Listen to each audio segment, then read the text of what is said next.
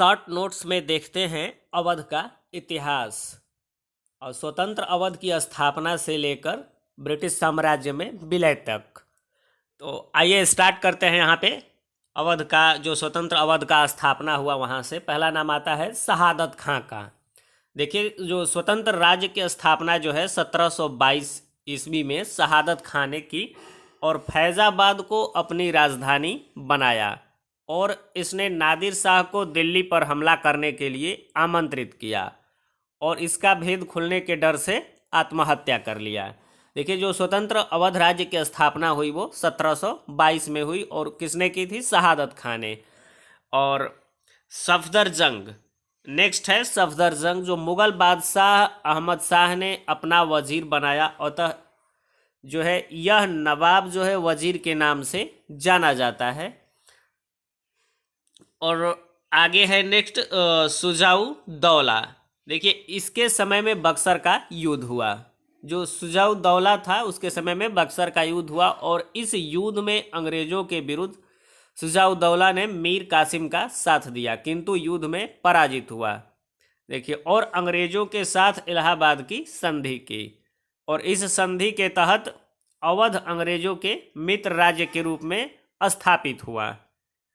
देखिए, जो है सुजाऊ दौला ने क्या की, जो है कि उस समय सुजाऊ दौला के समय जो है बक्सर का युद्ध हुआ और इस युद्ध में अंग्रेजों के विरुद्ध सुजाऊ दौला ने मीर कासिम का साथ दिया, लेकिन युद्ध में पराजित हुआ।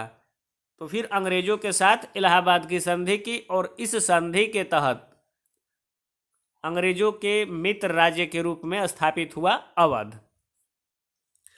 और आगे आते हैं आसफुद दौला।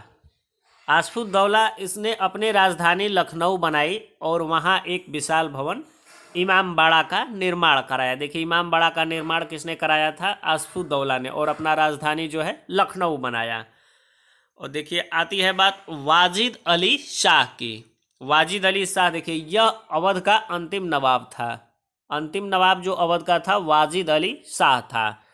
और इस दौरान ब्रिटिश गवर्नर जनरल डलहौजी ने कुशासन के आरोप में 1856 ईस्वी में अवध को ब्रिटिश साम्राज्य में मिला लिया।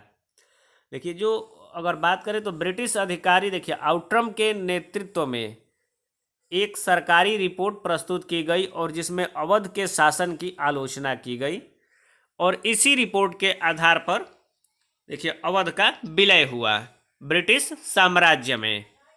और आगे बात करते हैं। देखिए, अवध के संदर्भ में एक और गैर सरकारी रिपोर्ट जो है प्रस्तुत की गई, जिसमें हीवर और कैप्टन लोकेट के नेतृत्व में प्रस्तुत की गई, जिसमें अवध के शासन की प्रशंसा की गई थी।